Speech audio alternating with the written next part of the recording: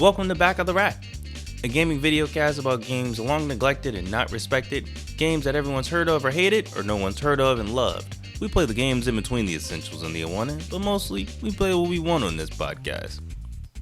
Thank you for listening on podcast platforms or watching on YouTube, which we consider to be the optimal way to experience our content. Join our Discord where you can talk with us and others about Back of the Rack games. And make sure to like and comment on our videos and leave good reviews on the podcast feeds. Your feedback and engagement is the fuel that keeps us going. We hope everyone watching and listening is doing great, and we thank you for joining us today on another episode. Starting off, we will introduce this month's game with the scripted segment giving you all the details, and then we will go into our unscripted thoughts about the game shortly afterwards. I'm Sondi, and with me always is Bendezzer, so without further ado, enjoy. Developed by Crescendo and published by Bandai Namco, Eternal Sonata is a Japanese role-playing game released for the Xbox 360 on September 17, 2007, and later for the PS3 on October 21, 2008, a passion project by Hiroya Hatsushiba, the game's director and founder of Crescendo. Hatsushiba envisioned Eternal Sonata as a way to give players more familiarity with classical music, more specifically the works of Polish pianist and composer Frédéric Chopin. Eternal Sonata conceptualizes a colorful world dreamed up in the last hours of Chopin's life before he died of tuberculosis in Paris at the age of 39. Players take control of several characters, Chopin among them, and follow a story that reflects some of Chopin's life. Hatsushiba was a sound programmer from the development team Tri-Ace, afterwards founding the team Crescendo, being heavily inspired by music in the naming of his development company and in his line of work. It's clear that Hatsushiba dreamed of bringing the world of JRPGs and classical music together in a way that would be informative to both fan bases. Eternal Sonata has players control 12 characters, 2 of which were added in the PS3 version. Chief among them are the ill-fated Polka, a 14-year-old with magic abilities that doom her to an early grave, Allegretto, a street rat with a heart of gold aiming to right the injustices of the world, his sidekick Beat, a cheerful and naive boy, and Chopin, as himself aware that he is in a dream and initially apathetic before rallying to the main party's cause. While the story sets up Chopin as the main character, showing scenes of him in Paris lying comatose, the main story is taking place primarily in Chopin's dream world and focuses on Polka trying to do something positive with the amount of time she has left to live, while Allegretto and Beat try to find out why mineral powder is so much cheaper than floral powder. Chopin runs into Polka and he tells her that she is only a figment of his imagination, a marionette in his dream. Polka, unfazed by this, decides to leave home, and Chopin, unsure of what to do with his time in this dream world, decides to follow her on her quest, during which they run into Allegretto and Beat. The story weaves in societal struggles like the use of mineral powder and its short and long-term effects on people and the environment, as well as the nature of dreaming and reality. Death and facing one's destiny is a common through line reflected in Polka and Chopin's journey. Topics like the nature of art and our experiencing of it are touched upon but never fully explored or take center stage. The story shifts in many directions and manages to include romances and political intrigue, though the player's tolerance of how the story balances all these elements might vary. In between the more poignant moments of the story are interstitial slideshows that play a piano piece by Chopin while text informs the player of Chopin's life experiences, as well as pontificating on what Chopin might have felt when writing the accompanying arrangements. The gameplay of Eternal Sonata centers around turn-based combat. Enemies can be seen in the field and the player can decide whether or not to engage, save for a few exceptions. Once in combat, the player has the choice of 3 characters to bring into the fight, chosen in menus before combat is initiated. On each turn, the player and enemy get a set amount of time to complete an action. Each action takes a certain amount of time to complete, forcing the player to quickly assess if they should move, attack, or use an item. Eternal Sonata infuses a bit of the action game genre in that the player has full control of their character on their turn for the denoted time, being able to string along combos, defend, and counterattack with a well-timed prompt. Players unlock special abilities for each character as they level up, which they can assign to one of the face buttons, while the remaining ones are dedicated to your character's basic attack and items. Where Eternal Sonata really attempts to innovate is with its light and shade mechanic. Enemies can change appearance in a shaded or lit area of the map. Players can also take advantage of this mechanic by leveling up and unlocking light or dark abilities that can only be used in shaded or lit areas. Polka's healing abilities can only be used in lit areas.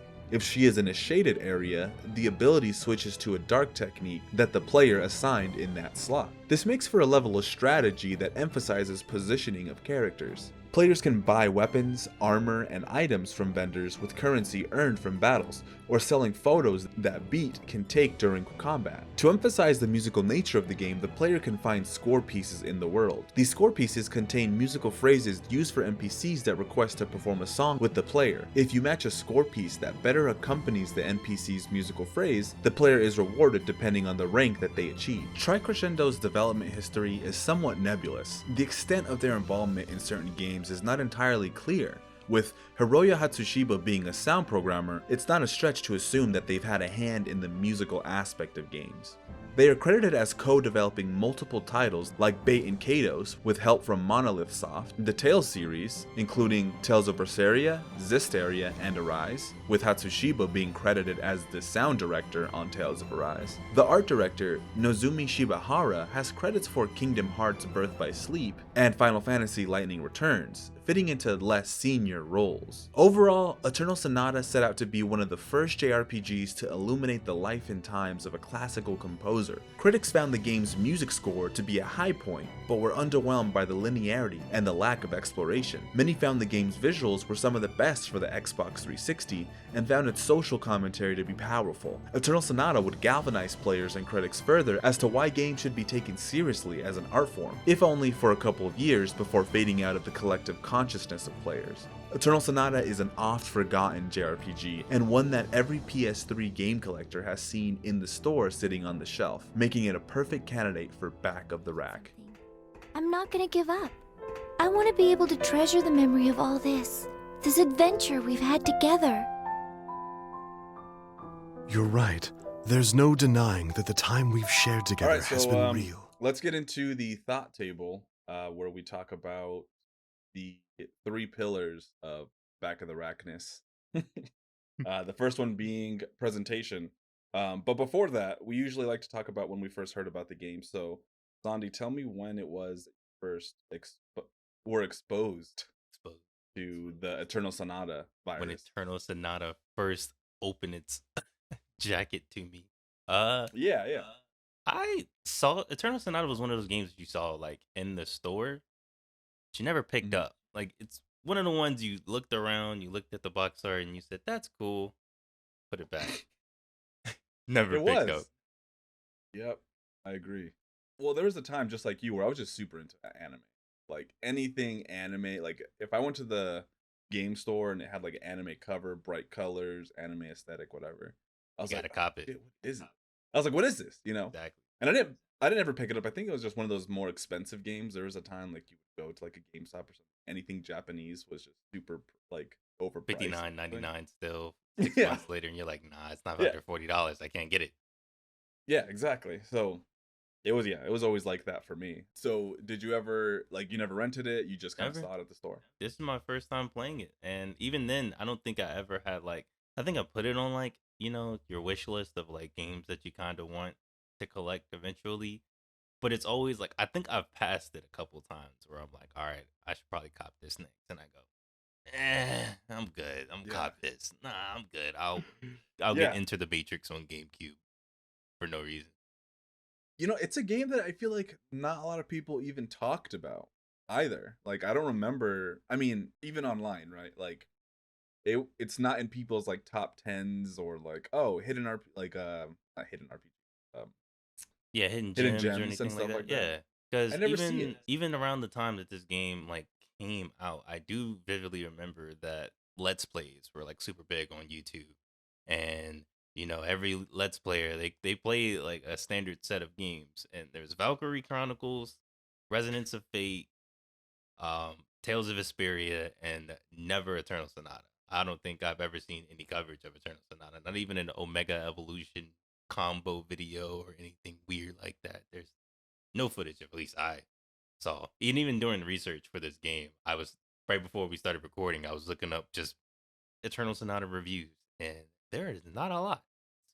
Well, they're more recent, more in retrospect, but during the time that it came out, there wasn't really a lot of reviews or anything. Yeah, because it had two releases initially on the Xbox 360 and then later on the PS3. So I mean, you think that would have helped, but yeah, it's not. And I mean, it's not to say that it's like a bad RPG, and I feel like it's one of those things where maybe it's just so unique and so specific that there's no audience for it. Yeah, You that's know what I'm that like thinking. no one really no one really fucking fucked with it in that way, I guess. So there's Especially no like because of the community. premise of it. I don't think a lot of Chopin fans were like, "Oh, let me go cop a PlayStation 3 so I can play Eternal Sonata," or JRPG fans were like, "Oh, this is based on a real person. Let me go ahead and play it." I guess it's kind of a hard sell in some sense, but I feel like there's a lot of instrumental music, good instrumental music that is in JRPGs to begin with. So you would think that there would be like a diehard love, you know, because JRPG music is like a thing. Like if you go to YouTube, JRPG music, it has like town music to study to. It has like Chill like relax. JRPG town music Yeah, to and what never relax. comes up is Eternal Sonata. Is like Yeah, you would think, uh especially with this very piano motifs in a lot of its music, you would think that would be the main one that they go to. yeah, it There's a lot never of comes Chrono up. Cross for some reason. Yeah, Final Fantasy and shit. Yeah. Well, let's get into the first pillar, which is presentation. I really want to hear your thoughts on a lot of stuff here. So I guess just to give us a direction, what did and since we're already talking about it, what did you think about musical aspect? So this is strange because I had like a couple weeks leadway in beating this game before you. So when I wrote this, Oh, right, yeah. Yeah. I wrote sonically, this is one of the best JRPGs I've ever played. And as I re-listened to the OST today, throughout the day while working, I think that was a lie. It's it's hard to say because I felt that when I played it and I thought about it a Mhm. lot, and I'm starting to think that maybe there was a lot of standout pieces, but a lot of Yeah. the rest of the OSTs seems forgettable to me because it wasn't as instrumentized, as very piano based. So certain small towns and dungeons, it's just piano, so it kind of blends in a little bit. But at the time, it probably hit me a lot better when I'm playing it and I'm sitting there because there was a lot of times when I was in the game that I would just stop and stare at the world or just do slow walk pans throughout the world just because I'm like, wow, this is very picture book beautiful, and the music Mhm. just helped along with it. But Right. I don't really think that it was. I think what it is the sound effects. So you think that maybe the music was more of an accompaniment than standalone? I can listen to this on its own because I sort of Yes, know what you're talking about. I think that's a yes, different to that's like a different dimension to how I feel about it, which was that it was there was no there wasn't many good themes to like the towns. Nothing really like there was nothing catchy. It was good music, but I think what maybe we've come to expect is more catchy town themes and things yes. like that. I think that might be the case. And I know both of our personal tastes might be giving us a bias here because I'm not a classical person. So I don't really know Mhm. much classical music other than the world famous ones that are played all throughout. So for me, even then, if it was like some little small like references to other chop in works inside of like songs or things like that, I wouldn't personally know other than the main Chopin pieces that were in there. And I felt like those are cheat codes. That's why I was saying like sonically this is one of the best RPGs, but as a cheat code because when you just throw in a 10-minute sonnet in the middle of the game and it's like, yeah, here's the song, here's the Right. story behind the song, just listen to the song. It kind of it's cheating because it's like, of course that's good. It's a classic, Yeah. literally. Yeah. It Yeah. Yeah. Yeah. I do like classical. I listen to classical music, not like the romantic era, which this is from. So I'm not super familiar with a lot of Chopin's music, or other people like Liszt, or Wagner or anything like that. But um, I feel like I just found it a bit underwhelming, considering it's a game about a musician. real life musician too, to make it even more like grounded. And I just didn't hear any of the themes in any of the towns or any of like the battle theme, with exception to, I guess there's like one or two that use some of the motif, some of Chopin's work. His music is also very complex and nuanced that it's harder to pick up maybe a theme. Like he's not going back to a specific set of notes like we understand it now. There's Right. not like a He's not chorus, gonna. like it's not like a chorus, verse, chorus, or anything. It's not like Yeah, that. and he doesn't have You a know. signature sound or even like a signature melody or anything of the sorts like that. Like how Pharrell has the 4 count, you can tell like, okay, that's a Pharrell Yeah. song. Or yeah, yeah, Pharrell is a good example of that. Pharrell and Tyler the Creator are two very good examples of, you can tell In modern immediately. music. Yeah, modern music, you can tell immediately like where their production comes from. Even taking it back a little bit, Quincy Jones or Teddy Riley, Yeah. they both have Hmm. very distinct musical instrumentation. But I guess because I'm not familiar, I just don't know. So Yeah. I kind of don't feel qualified to talk about this. No, it's with classical music, even with like soundtrack music, like you'd be hard pressed to really pick out like if you were to, let's say not Christopher Nolan, Hans Zimmer, like if you were to get 5 of his soundtracks, that he's done, like 5 of his scores, shuffle them all together and tell someone like which one is Christopher Nolan, most people will be like, I don't know, and you'd be like, they're all Christopher, Right. because like composers aren't aren't doing the same thing that like someone like Pharrell or Tyler or Quincy Yeah, they're trying to Jones and build all a this. They're not. world around Yeah, the music. They're they're trying to trying to build do an something atmosphere. exactly, and so they like there's a lot more. It's more expansive than like the 3-minute looped kind of sounds you get with Tyler or any other hip hop producer and stuff like Yeah. that. So I don't know. It's hard, but ultimately, ultimately, I did still find it a little bit underwhelming. It's not bad. Like the music's not bad, right? Yeah, exactly. It's good. It's really good comparatively to, especially to some JRPGs I've played this year alone. It's not like, it's there. Okay. It's there, and when you hear it, you're like, okay, that's pretty good. There's certain piano parts where you're like, that's good. I can tell that professional musician did this. Yeah. Yeah, and like I think like you're saying, there are some high highs, um, and some other tracks that kind of just blend into the background, and that's okay. What I thought was interesting that they didn't use music for cutscenes a lot of the time. It was Yes. used sparingly, which I was like, but it'd That's be the a whole perfect point. time to use Yeah. something like that would really elevate a moment. And I think that's where my like this dichotomy is coming from, because especially because the characters are named after musical instrumentation. There's certain parts of the world that have musical elements in them. There's this game is it's about a musician. This game is so much about music that you would expect the music to like blow you away. To like certain points where you would just put the controller down and be like, that's wonderful. But there Right. isn't. I've never like I was more interested in the actual world and the story than I was of the music. I think that's typical for the romantic era of music, is that it's very subdued, and it's not for everybody. It's not like it's like a bad era of music, there's some great classics that come from it, but it is an acquired taste, like all music is. Right. Very very subtle, very emotional, um but not heavy handed. So it's not like, oh, this is sappy, corny, like emotional music. Like I always Yeah. think of Naruto, like some of the music in the anime. Do you remember? Like it's like clear. The It's like, okay, the flute. music The wants me to feel. Yeah.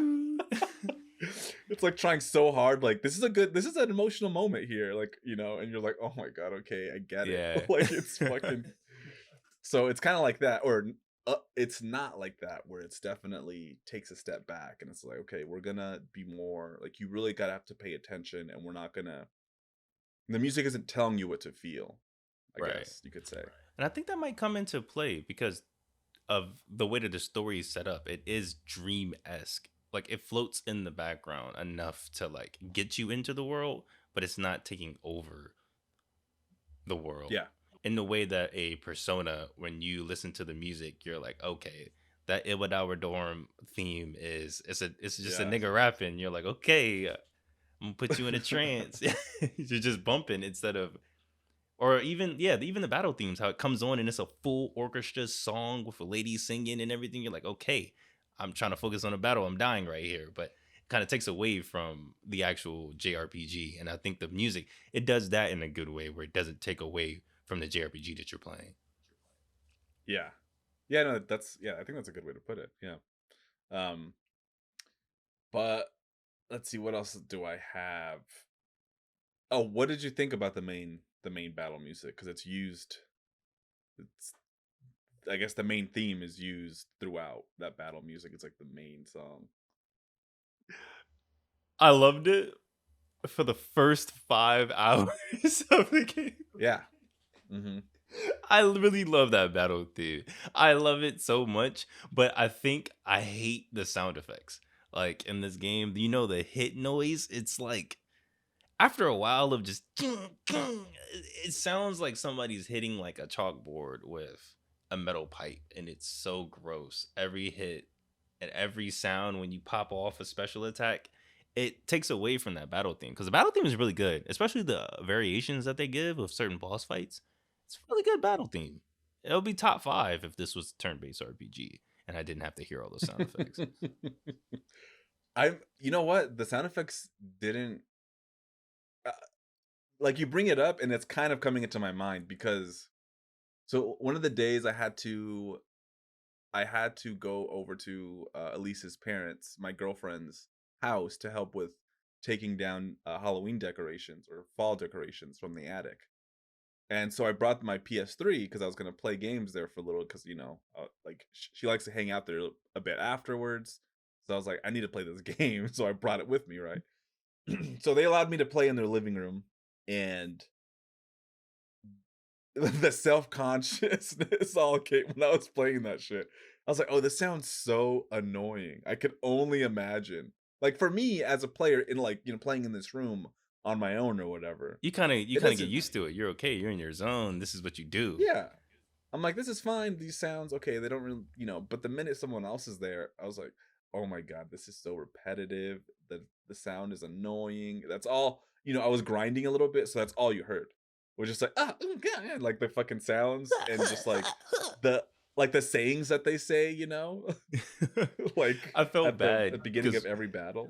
my wife was watching me play it a lot of the time, and sometimes she would do her Instagram scroll, and since this was so much about music, I was like, babe, can you shut the fuck up? I'm trying to listen to the game. But then a lot of the times when I would hear that Instagram or that other thing in the background, I would be like, finally, something else I can focus on that's not this battle. At least presentation wise, I liked everything about it. Character designs, loved it. The facial animations, the weird motion capture, rotoscoping of everything, I liked it. I liked the way that a lot of the times after a cutscene would end, I wouldn't even move. I would just stare at the entire wherever we were and just be like, wow, every tree, every pixel, everything was like unique and it felt good to look at. The character designs, though, what did you think about the character designs? I mean, I know you kind of just told me that you liked them, but Yeah. See, I mean, okay. I posted a picture here that I will put up in post of these are like the same character portraits that show up on the HUD element when you're like in combat. I wish the game just looked like this. Though I like the way that the characters look, and it was kind of unique. I think I liked it because of the way that the motion capture was set up for the characters. Kind of made them feel more mm, realistic than the stereotypical JRPG. They do a stance. I want to stand up and do it. I'm breaking character real quick. Hold on. It's a stance they always do when you like explain some shit to somebody and they're like, "What? Huh?" yeah, I yeah, hate very that shit. exaggerated Japanese like theater movement. Like Yeah. I know exactly what you're talking about. Because I- fucking they do it a little bit in this. There's like yeah. one or two instances where I was like, oh, there it is. There it Yeah. is. There's one scene where one of the twins, she has this hat that she wears all the time, and she finds the hat. And Yeah. he's like, yeah, ha ha ha ha ha, we got everything. And you can see his hand movement stop and go, what the fuck is wrong with this bitch? And I love it so much because you can see all that facial expression. It's so beautiful. It's so cute. Even when they're playing cards together, Viola, and they start arguing with each other, like, why didn't you let her win, bro? What the fuck? Now we can't beat her. Oh my God. Like, just seeing their character interactions were really interesting to me. And I liked all their characters. I liked every single character design there was, except for Clive. It's The okay. pink, what's that? Is that the girl? I Oh, forgot. Claves? Yeah, I think.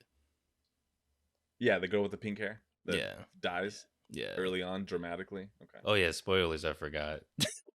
Yeah, no, yeah. Spoilers, guys. We're assuming that you've played this. If not, it's fine. It's fine. It's fine. She doesn't matter anyway. We should have said that at the top. Spoilers ahead. More spoilers. We're talking about presentation, so once we get into the story, I think there'll be more spoilers. Yeah, we'll talk about her later. So yeah, the character designs to me were a travesty. I think that there was a anime aesthetic, obviously, that just really sort of gets in the way for me. I don't feel like this game should have had a really chibi, kawaii sort of like look to their characters. I didn't think it served like the geopolitical and philosophical nature of it. And it seemed weird because it's like it felt like visually there was a conflict between who they wanted to bring in, like and who they were trying the to target. Yeah. Like the look doesn't match the audience that is trying to go for it. Exactly, yeah. Like it's I mean, Beat, my biggest problem characters.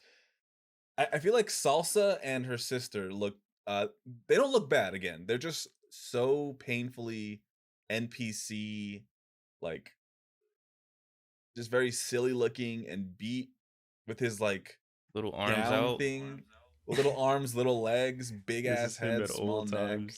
Yeah, he's like a Teletubby. They reminded me of Teletubbies, like the way they moved, like with their hands always to their side. It was so strange to me. But you can see he's skinny as a stick inside. Yeah, it's like what the fuck. And then Polka, boring.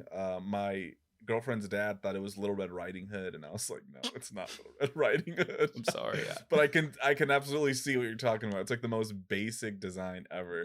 Yeah. And Allegretto, like his, I don't know what his shins, the weird wing thing. I don't know what's going on there. I'm like, what is all this, man? This is like, what is all this? I thought Frederick was at least in Viola. Like everybody else had a pretty substantially good design. But I can agree with you. The main first three, Allegretto, Polka, Beat, they're pretty Yeah, I think once the older characters get introduced, like Jazz, that girl's name. Falsetto? Yeah, Jazz, Falsetto, Clavis, Crescendo, and Serenade. Once they get introduced, I'm like, okay, these are a little bit better. Maybe also because their proportions were less weird. Chibi, yeah, but they still had chibi-ish faces. Big ass heads. Yeah. But normal bodies, which kind of threw me off a lot. And yeah, that was one of the things where I'm like, I just feel like there's a clash here between like, oh well, we want to get this sort of demographic, but then we're going to tell this kind of story, and I don't know, like just didn't work for me. And it was kind of tough because I remember even playing this in front of my girlfriend Elise, and she was like, yeah, none of these characters like look cool. I was playing it in front of her, she's like, they could at least make them look cool. Right, like, yeah, or something. I also didn't like that. No, I can excuse if your armor doesn't change when you change your armor, but at least give me some different like weapon skins when I change weapons. Yeah, I felt it just felt weird because it's like, okay, I'm just playing with the same thing. the setting was very beautifully designed. The lighting was off, which is weird because the main mechanic of gameplay is lighting. And a lot of the times I felt like I couldn't tell the difference when it came to it. Yeah, for the first couple of hours, I thought like the shaded parts. I What are thought light it was parts? like no, I thought it was just like a texture on the ground. Like I thought like I didn't know that there was a difference in light and shade. I thought it was just Oh, yes. like a I know what you mean. gradient of like this is dark dirt and this is light dirt. I didn't know it was light casting on it. And then I was like, oh wait, this is actually a dark area. But I don't know Right. if that was a limitation of the PS3 around that time early on. Because this Maybe was a the engine that they very used. early 360 PS3 title. So it might Yeah. be just not figured out yet. Yeah, that's kind of what I was thinking. There wasn't a lot of um volumetric lighting, which is something that would have been cool to see in a game that uses lighting. And I This is a noticed a game I would lot of the actually like to time. see remade. Oh, you said, Oh, this is a game I would like to see remade oh, with the yes. like better lighting. Yeah, Remake. it would be good with a remake with some HD. I don't know about that. Or Not HD nah. remaster. I No? can see an HD remaster, at least making it crisper and making it more coherent, at least to see the lighting. Mhm. But a remaster, I don't think it'll. I think it will work with newer technology of lighting. Yeah, I think what makes this game special, I think this game could be brought into the modern day only because it has one of the most unique premises that I've ever seen in a JRPG. Um ever. Yeah, Like just the fact that it's based off of a composer's dreams, like an actual like his actual death was because he passed out or whatever. He was in a coma of some sort, pretty much sick and sleeping, and these were like his last dreams. He's in his dreams and he's a character. That's you don't that's unprecedented. Like I've never played yeah. a game with His that sort of family checked off on this game. They looked at the script, they looked at the yeah. game, and they said, "Cool, you got our seal of approval. Thank you. They This is they accurate." consulted like exactly, which is like you don't. I mean, what you have Final Fantasy 16, Persona, like all these games are just like so. I mean, they're good, like no knock, but like it's so interesting to see a game that's more like based in factual history, and I mean, you're even getting like music sheets, to actual listen. And for anyone that hasn't played the game, basically what happens is after probably twice in a chapter, after like maybe a big event or something, it'll transition to basically what is a slideshow, of watercolor filtered stock images of like Warsaw and Poland, and in the background is a piece of his music, Frédéric Chopin's music that's playing, and it gives you a little bit of like history about that piece and like where he was in his life. And the concept is really cool. Like that's you're learning something, like it's cool, Yeah, that they put that in there. However, it's one, they're oddly placed sometimes, and then they're also just look so like why wouldn't the game world with the game engine and like the actual assets within the world, like why not use those beautiful vistas instead of right. using these like stock photo images of Or like even better, you could show the contrast and have it be dark and grainy for and show like Chopin in his real life and all the stuff that he was going through. You don't have to voice it; just act it out with the character models and show a oh grainy yeah. Warsaw, show a grainy Poland, show how dead the world looks to Chopin, and then have that contrast with the dream world and how beautiful and colorful it is. Oh my god, yeah, that's a good idea. That would have been This is why they pay us the yeah, big bucks. they should have. That would have been perfect. Like a great like just a juxtaposition. That would have been so cool. I think that I don't know. Ultimately, we don't have games that do something like a JRPG. We don't have games that do that. The most you get is like Assassin's Creed with like real world events, I guess. But Yeah, then they're they'll like use real distorted. world settings, but not like this is based on a real person.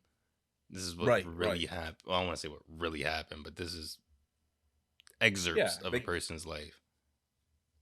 They kind of take real I guess depending on which Assassin's Creed you play, because some of them have like Leonardo da Vinci and like, Yeah, but Leonardo da Vinci wasn't making slide out hidden guns and yeah, fucking right, paragliders exactly. and shit.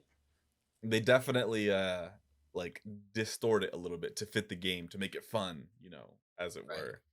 But yeah, you don't. So that's why I think a full remake, a sequel with maybe a different composer, I could see it. like, and then give it a better lighting, take some like a spiritual successor. I think we're getting ahead of ourselves here, out of presentation, but also apparently there was alternate costumes, which would have been great to see. Oh, you didn't find any the alternate characters. costumes? No, nigga, I don't know what the fuck I was doing in this game 33 hours in, and I was not fucking. I'm like, I don't understand. It's not like I'm opening the chests that I see. What's taking? I don't understand. Yeah, I found one of Polka's, and it just turned her Red Riding Hood into a blue outfit. Oh my. And then I found Algretto's, and his was actually pretty cool. It turned into like a kind of like a suit, but it still had the motifs of like his old costume. So it was like a suit, and it had like I think it had the wing. Oh my god, I gotta find some gameplay. But anyway, it was a pretty good, cool looking suit.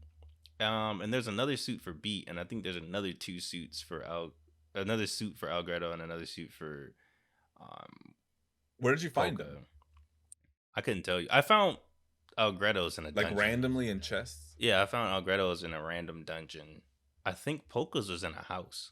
It's all right. It doesn't seem like they were worth it. They weren't. It wasn't like it was going to be like plus 10% defense or get 5% gold every time you win a battle or nothing crazy like that. It was just costumes. I cannot believe I didn't fucking find it. Yeah. Also, what did you think of? Did you use Beat's camera? Yes, in the beginning. AKA you used it 3 times and said, ah. And I've used it accidentally as well. And I was like, fuck Beat. I was like, fuck this shit. And it sounds like you're pretty positive on the way the overall world looked and its design. I have no complaints, at least when it comes to how the world and how the dungeons looked, how every landscape, every single fixed camera, every single area looked amazing. I loved it. It felt like... Okay, I'm sorry that you're going to have to hear me complain then. Oh my gosh. I'm so sorry. All right, here we go. Well, actually, give us more of your positivity on it, and then I'll go into my... It's beautiful, bro. Like, look, open your eyes. Look at it. Was it beautiful? No, okay, let's talk about maybe more specific things. I'm talking about lighting. I'm talking about... I can agree with lighting. Lighting, I can agree with. It's level very design piss poor. of the dungeons. Level designs of the dungeons.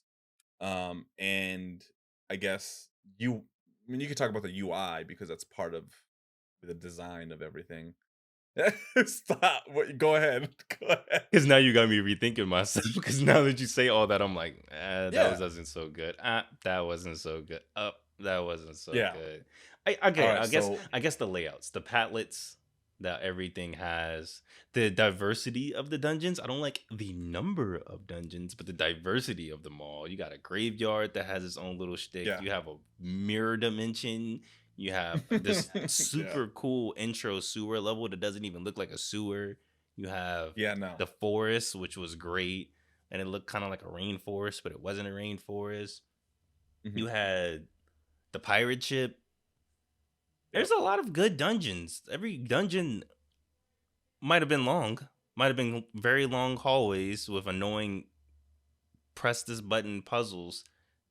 But they all look good, at least. But the UI, yeah, you're right. The UI was ass. The UI is very PlayStation 2-esque. And that's a very interesting thing because I was doing some research. I was like, you're right. Let me look up some reviews. Let me see what people were thinking about this game. A lot of the press for this game, when it was first getting introduced, they were still talking about PlayStation 2 games. This is like 2005, 2006. Okay. Yeah, okay. So it's like near the end of the PS2's life cycle. That makes sense, though. And it was just very interesting to see because you're seeing all these PlayStation 2 games like Final Fantasy 12. The design philosophy between PS2 and PS3 was like it bled over. The early PS3 games still had a lot of that DNA of like, you know, I mean, This a is a lot of the PlayStation 1. developers, yeah, like they weren't yet accustomed to the PS3's architecture and stuff like that. So a lot of those design philosophies still moved over to early PS3 games until they got more comfortable and were able to do bigger things like larger open worlds and things like that. It So makes a that lot does more make sense when you sense. put it that way, especially with this being an early title. Because you look at the like middle part of that generation, you do get a lot of weird titles like Last Remnant, Infinite Undiscovery, Yeah. Resident of Fate, Valkyrie Chronicles. You get a lot of games that try to time and eternity. What was that game? Is it Time and Eternity? The weird Time one and where you're Eternity. like 2D in a 3D world. 2D, yeah. Yeah, you get a lot of weird shit in that Yeah. middle part compared to what you get in the beginning. And now I think about it, Enchanted Arms, Blue Dragon, not Infinite Discovery. What's the one? Lost Odyssey. There we go. A lot of those are just basic, tried and true turn-based RPGs, but they just look good. Right. And this is right. made by the Star Static Ocean camera, people. some of them. Yeah, this is made by the Star Ocean people, so it plays like Star Ocean, so it makes sense. Let me back up here a little bit and let me tell you what I felt about the overall world and its look. And You're about to break level my design. heart, bro. Please don't break So my heart. no, I'm telling you. Look, I agree with you. Okay, that it was beautiful. Don't and gaslight there was me. a lot of there was a bunch of cozy villages and like trails and pathways and colorful vistas, and I liked that. You know, like I even have here that like the non-magical castles still felt magical, even though like they were just a castle. But in that world, like they felt very vibrant and alive, and like there was an enchantedness to it, and and I like that. So what I think what's good is the art design. The art design of the world is good, right? Bingo. So that's what's good. Now the level design is where things start to fall apart for me. And I think it's just like I don't know if I really don't know what it could have been, but yeah, it was just very bland. It felt like a lot of fixed, like generic fixed camera angles. Like it was rare that I saw anything creatively used with some of the angles. It was almost like isometric a lot of the times. Right. Like I didn't feel like they were like being creative with where they're gonna put this camera to better illustrate, I don't know, a certain aspect of the environment. And this was made clear to me with that one dungeon in the beginning, where you're in the Is it like a water ruins kind of sort of? yeah we'll call it the water ruins. That's Yeah, the exact dungeon. As soon as you were talking about the cameras, I was like, yep, because it's Yeah. just a top-down Final Fantasy 7, like OG Final Fantasy 7-esque Yeah. over-the-top camera instead of for no reason. And like the puzzle itself was very difficult to visualize and understand. At least I had trouble with it. I had a lot of trouble with that as well. And I was like, what the fuck is this shit? I just pressed buttons until shit worked. Yeah, no, that's what I did too. And I ultimately got out of it. And I'll tell you a story later when we talk about gameplay that really fucking put me over the edge with this game. But yeah, like the graveyard that you're talking about was basically just rows, you know, which Just- I guess yeah. graveyards Little columns. can be just, yeah, like, you know, graveyards can be just rows, but this is a dream world. Where's your imagination? Why is it like the most, you just going rows, like it's just rows. Right, and a lot and of then the there was enemy also- designs, there isn't a lot of enemy variety when it comes to these dungeons. So you're fighting the same like one or two monsters inside each dungeon. Yeah. And they maybe have a transformation. So like the graveyard, like for example, all it has is like the same flying mage guy that you fight in like 6 or 7 other dungeons, and Damn, yeah. like a skull. I think it was a skull or something flaming, like a spirit. When you could have had skeletons, you could have had little like chibi zombies or like zombie dogs or something. Like there could have been a lot more enemy The variety. Resident Evil dogs, they could have put them in there. They could have had liquors in there, bro. They could have had Nemesis as the final boss in that. That's what sort of made the dungeons even less entertaining too. Is just like, damn, the art design is beautiful, but like it's almost as if they thought the art design would carry the game, Yeah, the but the art level and the design was just music, so yeah. bland. Yeah, like they just Because like, oh well, this should be fine. yeah, you're just running through a lot of the dungeons. If you're not just straight running through it, you're having to press a switch or a button or move this thing to this thing real quick so that you can progress and just run through the dungeon. You're not really taking your time sitting. There's no weird puzzle. Well, there's correction. There's one music puzzle in like the final dungeon of the At the game end, yeah, at the very end. But other than that, there yeah. isn't any puzzles or anything of the sorts like that. I do think the UI was As coherent. No, it was like easy to read. I thought it was fine. I liked that the cursor was a treble clef, that was kind of cool. It felt, although when you had like all what 80 party members, 80 characters, yeah, it just like was like what? I don't know. it's Like very you stressful looking at that screen and being like, oh my god, okay, who do I equip? What do I do? Yeah. And this is not even me saying this from like a like, oh, I'm in the we've played so many games now, good games, and we understand this stuff more. But even back then, I just think the levels just fell flat. Like they could have done those dungeons were not fun. Like, Yes. Final Fantasy 12, a couple years prior came out, and those dungeons were fucking dungeons. Granted, it was, not a fixed camera. It was interesting where you went with those places. As arduous as it was, I remember us talking about how like if it was tiring because those dungeons were long. I don't know. It was just something that I thought needed to be talked about, especially like the fixed camera angles just being a little unimaginative. Some of the camera angles in town were like, showcased all the like, especially in Forte.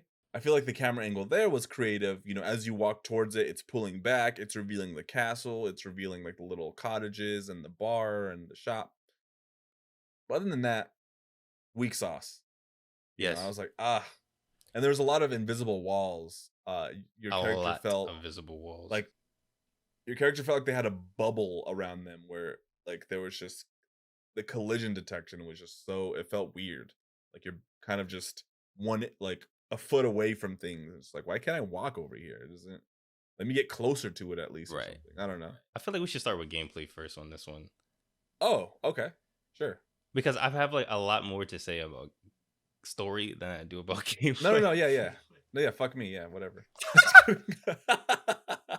Because we're gonna say the same thing about gameplay. That's why I'm like, No, let's knock this out the way so you can go to story first. Okay. Shit is boring, bro. Okay, hold on. Let me tell you about how I felt. Okay, going into it, the first let's say 10 hours, I was really I thought it was fun and engaging, for a turn-based sort of affair where it's like a mix of hack and slash, a mix of turn-based, and you get to move around and it's time. Like I liked it. And then it didn't evolve into anything else. For 30 plus hours that you're playing this game, it gets repetitive really, really quick. And I'm guessing you felt the same? Yes, that was pretty much the exact same time frame. I think when it got to, because once it gets to the second party level, it's like party level 2. You're like, okay, and you're Yeah. reading that, like, okay, I can do this now. Okay, Yeah. cool. Yeah. And then you get party level 3, and you're like, okay, that's it. Yeah. Although I've never seen a game do I like the idea of party levels. I thought that was cool. They're like that meta. It's like a meta level of your character's levels, and then I liked, or rather I thought it was more interesting than I liked it, but it took things away from you and gave you things. Yeah, I like that it expected you to get better at the game as you progressed. Yeah. It said you don't need this time to think anymore. Get to the game. You know how to play it. I like that. I like that That's crazy. I like that it respected me. Yeah, it was really interesting giving you that buffer of infinite time to think about what you're going to do, and then it takes that away and that it gives you 5 seconds, and then it takes that away and then it's like, no, you just got to fucking do it. This is like, that's so interesting. I just never seen anything like that. And then the way it sort of I feel like the party levels don't happen fast enough, honestly. It felt like so long in between. Yes. And there's one party level that you can miss if you don't do an optional dungeon. Like the final Oh party shit. level. Yeah, the final party level is hidden within like the ultimate dungeon, which is like a post-game dungeon. Okay. Yeah, I wasn't even gonna bother. I didn't even get it. I stopped doing the dungeon like halfway through it. I said, you know what? I think this shit is optional. I think I looked up a guide at that point. I was like, oh, this shit is optional. I'm leaving. RPGs in general, but more specifically JRPGs, there's an expected grind, right? I'm trying to think of a game where grinding, a JRPG where it's like you didn't mind the grind because the gameplay was so fun, or there was something about this where the gameplay was fun, but then The doesn't grind wasn't. your characters don't learn enough new moves for one. I felt like each one gets what, 2, 3 for me. I mean, I was at level 33 for each of them roughly. I got my characters to level 50 by the end of the game, and It was still using the same moves. I was still using the same moves. So Yeah. like you start getting Yeah. moves by like the tens instead of every 2 or 3 levels, and a lot of the moves aren't really that different from the other moves. So Right. It kind of just feels like, Yeah. It's like Dynasty Warriors. See, okay, when you said grinding for fun, I was thinking Dynasty Warriors, but I was like, but that's not a JRPG. But when I think about it, like the only game that I had fun grinding in JRPG wise was Disgaea. That's because it has the main gimmick of level 99999, and it's more so about leveling up an army instead of leveling up 5 people. But in this game, there was a lot of times that I grinded, died, had to regrind. Yeah, I remember. Oh god, yeah. Yeah, there's a lot of time, like especially because the enemies and the combat gets so, I don't want to say annoying. Yeah, it gets annoying. Let me rephrase it. It gets annoying. Enemies are entirely too tanky. There's certain enemy types that go from like being a tank and then it gets in a different lighting and it becomes a bigger tank. And it's incredibly annoying when you're trying to grind to where the point to where I started to ignore enemies. I would fight an enemy one time, and if that enemy was not fun, I would be like, okay, I'm not fighting that ever again. If I see that enemy, I'm not fighting it. And that's not good enemy design, I guess. But I don't know if that's indicative of the combat, at least. I'm trying to nail down what it was that was fun about it. I really liked that it was you can move your character around. That's always cool in a JRPG. Not that I mind like a static turn-based, affair. I liked the button mashy-ness of it, I was like, oh, it's, some fun, like, Just it's Tap, it's tap, not tap, tap, tap, menu-based, tap. Yeah. Most JRPGs are menu-based. You're like, oh, let me attack, let me select this, do that. This is all like in-game, so like you're in it. Yeah, it could be that the enemies were too spongy. It could be that, honestly, I didn't really like having the time stacked against me like that. That was annoying, honestly. There was a lot of Maybe turns those two where you didn't. messed around and missed, or you accidentally like used the special move first instead, and you just wasted a whole turn. You're just like, okay, that's exactly what would happen. I'd accidentally hit the wrong button. I would do an attack, and it would that it's like wasted. I'm like, what? Or the enemy was like further away, and you had to like walk all the way over there and then stop. And then they would move, and then you'd have to walk. I'm like, oh my god, I'm never gonna catch up with this. This is so annoying. I mean, that's not a specific problem to this game, because like in Disgaea, you're moving by grid or whatever, and you have to like kind of and your enemies will do the same thing like that too, or they'll pick you up and throw you across the room, and you have to. Yeah, so it's a JRPG issue, but I just didn't like how punishing a combat was. When you also factor in the fact that for combat, in order to mitigate damage, you have to press defend at the right time, which cool, but a lot of the times the timings felt off for me. They will pop up the defend at like 0.millisecond of when you're supposed to press it, and if you don't press it in that window, your character is getting killed, and I didn't like that. Especially in later levels when you have to counter, like you have to start, when you get counterattack, you have to start counterattacking, or else if you don't counterattack, your character's dead. You're gonna lose. Yeah, a lot of the enemies did some crazy damage. There's parts I was like, there's no way I'm under leveled. Like I've been grinding, and I'm just like, I'm getting taken out so easily with some of these. I kind of did like the defend thing that you're talking about. I thought that was a cool little like interaction kind of thing. It kept combat going. It kept it feeling dynamic. Right. But it gets old with certain, when you can't predict, especially when you're failing with the same enemy. Like there's an enemy that's like what looks like a floating sword or a dagger, or something like with a halo above it. It doesn't even look like it's just like A stick thing. it's like a stick. Like it's like a fucking sphere that's spear that's Are you talking attacking about that move where it summons like a follow of like air or something, or like dark energy? And Yeah, there's a couple of moves that I just could not defend. It was just like yeah, fast, and then there was one where there was like a delay, and I would always press it, and I'm like, fuck, and then it would hit me. And I was just like, oh my god, this thing all is the so time. that's the enemy that I didn't like fighting, but While combat isn't bad, and like you said, it's very engaging a lot of the times when you actually start playing it, I think the issue comes with that there's too many dungeons. There's it's too entirely long a game. yeah, there's dungeons like there's a point where you go from a open field dungeon to a poison swamp dungeon to like a little reprieve in a town that tells you to go to another dungeon, which is a graveyard dungeon, and you finish that dungeon and go and you help a little kid out at another town, and you have to go through a dungeon to help the little kid. It's like this is all in like a 3-hour span. It's like, bro, chill out.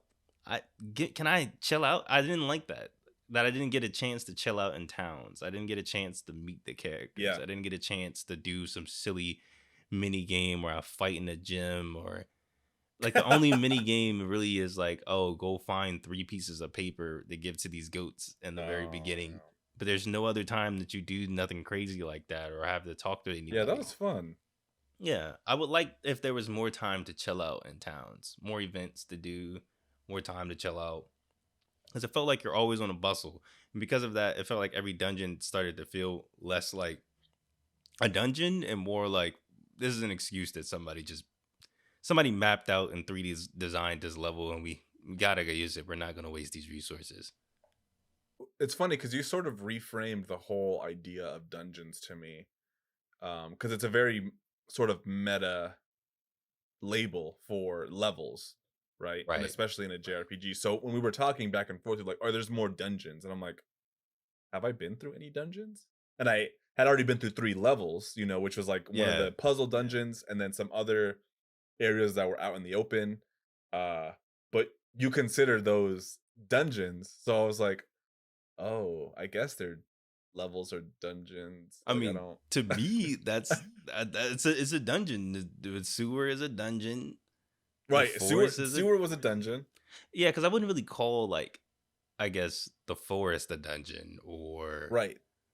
the poison The swamp a graveyard? dungeon. But the graveyard's a dungeon. It's got a mechanic. You got to grab the fireballs and you got to bring the fireballs around. That's a dungeon. Climbing I'm down not arguing against it. Yeah, climbing down the cliff to go save the kid that fell off the cliff. That's a dungeon. That's not just oh ha ha ha, we're going to do some parkour. That's a dungeon. It's got enemies. It's got a final boss at the bottom of it. I feel like if it has a final boss at the end of the level, I think it's a dungeon. Mm. And every area had a final boss. Yeah, but see, you just said something interesting. Like if it has a final boss at the end of the level, it's a dungeon. So then what's just the level? I caught myself. I got caught. No, So that's sort of where I was like, well, what is it? Like, I think of, okay, the first time I remember actually thinking about what a dungeon is in a game called Darkest Dungeon, which a lot of you probably know and you're probably aware of, right? Which is a bit like it's a roguelike, right? Or a roguelite. So that's a dungeon to me. In a JRPG, a dungeon is literally just like a dungeon to me. Like you know how I think it's Ocarina of Time or one of like the Zeldas has like the wind temples? Yeah. Like the water temple. Yeah, the water fire temples. Stuff like that. Like those are like dungeons. Yeah, okay. Those are dungeons. I guess the classification. So I'm trying to understand. Yeah, I guess the classification would kind of go, if you have to take a break in the middle of it, it's a dungeon. If you can't just walk straight through, if you gotta do some shit, you gotta walk around, you gotta backtrack, you gotta figure some shit out. That's a dungeon, proper and pure. Like if it has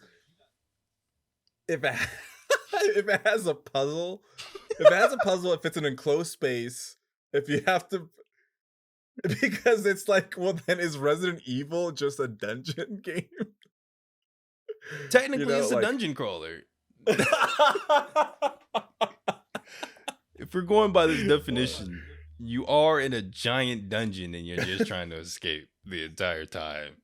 Every Resident Evil. I want to hear about. I want to hear what you guys have to say in the comments about dungeons and levels. But I did get what you're saying because I did watch.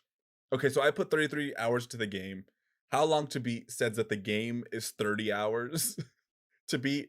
And I got about 3/4 of the way through. Sondi, you beat the game in 26 hours? Yeah, 27, 26, give or take. Which I don't even know how that's possible. There's not much to do in the game. I really just don't know what happened. I skipped dungeons. That's what I did. Like the poison swamp, the graveyard. But how are you not getting your ass handed to you? Like because that would happen to me, so I'd have to grind. I'm like, dude, this guy is fucking destroying me. So then I have to go back to the swamp or back to the forest, whatever, grind it out, then go back. That would happen so often. Maybe that's where a lot of the hours accumulated. But how are you just blowing past enemies? Usually in JRPGs, I try to get to level 20 as soon as possible. I did that with Final Fantasy 12. I like ran around that first open world and I just fought shit. I did hunts until I got to level 20. Then I was like, okay, now we can continue the main story. I feel like it's a good over level to the point to where I'll like, even if I level up from fighting shit, I'll kind of get to the point to where the level scales to me, and then I'll finally be matched up and be like, okay, this is cool. But in this game, I did that for the first part. I got everybody to level 10 just for them to separate. And then I realized I had to grind out the other characters, and I stopped. I was like, no. And I just went with the flow. Luckily, I just got really good at hitting defense and Viola's bow and arrow that would do 30,000 damage. That shit was amazing. I loved it. Other than that, she made the game fun. Yeah, she was the most fun character because she was the most different character. Right. Yeah. Having to aim and stuff, it was cool. Yeah. There's only so much time that you want to spend in a battle. To have to spend turns on positioning him properly to get good angles so that you can get a better rank on the photos you're taking was just not. I was like, not feasible. I don't want to do that. Yeah. I'm like, there's no way. Like, you could make this fun or make it unlimited, like, or something. Like, I am not gonna be like wasting turns on, like, no. And then Beat wasn't exactly like a fun person. He died a lot. He dies a lot. I think Viola was the only one that was fun, just because I just wanted to see how good I could get with aiming and one-shotting things. Just running to the edge of the map and let's let it fly. It felt so good. And then she was a healer as well. Thanks. So she was perfect. She was day one. Yeah, I know when you and Cade, one of our members in the Discord, were talking about Beat and Salsa, and I was like, dude, Viola is the one. Best looking one. Best. She has the best moves. Best feeling. Best moves. I mean, she didn't have much character in the story, but she saved it for me. Yeah. Oh, and I did also like Jazz. I did enjoy Jazz with his giant sword, but I also like anybody with a giant sword. I'm a Guan Ping guy. Guan Ping sucks. But listen, that giant sword though. Yeah, that's right. That's true. Unless you can make a custom character with the giant sword. In like Empires or something. Name them Guts and call it. Do a whole there you go. Okay. It's funny that this is exactly why I wanted to bring up gameplay, is because now that I think about it, that's it. Well, there's a couple of mechanics that we're missing. One is the shadow and light mechanics, which I don't think I've seen in another game as well, where you have different moves based on if you're in the shadow of the moon, the shadow of the sun, or indirect sunlight. And also the enemies might change depending on if they're in the shadow or in the light, which that was kind of cool. I don't think it just feels like an idea that wasn't really, cooked all the way. Like, it just felt a little half baked, like it didn't really amount to much. I never felt like, oh, I need to go to the shadow part right now to do my best move ever. It was more like, oh, my I have light an moves are option. Yeah, you just change yeah. your gameplay options whenever you're in there. I never, except for Viola, but I equipped it to Yeah. Thunderbolt on her, so she always had light moves.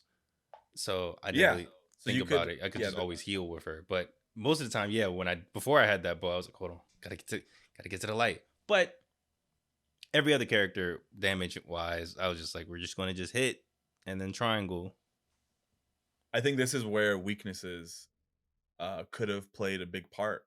And there's a lot of Having elemental elemental. abilities and Yeah, it doesn't make any moves. sense. Yeah, but they don't have any effect. Like there's no ice. Well, there is status effects, but they don't do anything other than like slows, uh, pacifist, where you can't counterattack and stuff. But there's nothing like you are paralyzed. There's some Pokemon shit. I don't know. Maybe that would have hurt the combat. I don't know. I just feel like there could have been a bit more depth in the combat, Or the especially because it seems combos. like yeah. Oh, you know what? How did those chains work for you? I've only got up to the having one chain after I they Eventually with the sucked, 5th level or 6th level, I can't remember which one. Eventually you get to the point to where you can chain up to 3. right? But other than that, I mean, I never really used it. I only used it for certain boss fights. Like I believe the Mhm. final boss, I used it a lot there, and there was one particularly difficult boss that I fought against, and that was the only 2 times that I ever used Harmony Chain. Other than that, as soon as it got to like 12 or 16 with the Harmony Chain, I just pressed the button. Pretty much every time I had a character's turn, I would press triangle at the end of the turn. I didn't really Yeah, think about it's it. Dynasty. It's that Dynasty Warriors. Yeah. You know, like we're monkeys, and we're just so used to pressing that or ending a combo with triangle. Yeah, but there was It's no really incentive. I beat the game doing that. So there's no real incentive to be like, I need to get this one move all the way up to 32 so I can pop my super heal. I never really. it would have been cool if there were different tiers, different levels to your special ability. So like let's say you get it up to 8 and then you do your special move and then it does an additional hit. And then you get up to 16 and you do that special move and it does like a 4-hit combo or it does like a stronger like there was Right. no I feel you. visual representation that it like Other than that it's one like like splash screen that goes like, all right, now yeah. it's my turn. Ah, and then they do the exact same fucking move for more damage. Yeah. Yeah. Yeah. Damn, we're really yeah. I think that would have been good if they added something like that. I think that could have Yeah. really added variation. Um, there's a game that has oh, so you know it could have been like in Final Fantasy where it's like Fyra, Fyraga, and Fyra Daga. Viagra. Via, what? Wait, what does it go? Fire, Fyra, Viagra, Viagra. Fire. We're Zeta butchering Flame? this. Hold on, I don't fucking know. Viagra. It's Yeah, gotta there's be another something. some shit. There's an order in which it goes, and someone right now, I'm sure, is screaming at the screen like these niggas can't talk. These No. niggas mispronounce everything. This man saying These turret niggas- like turret. What's wrong with him?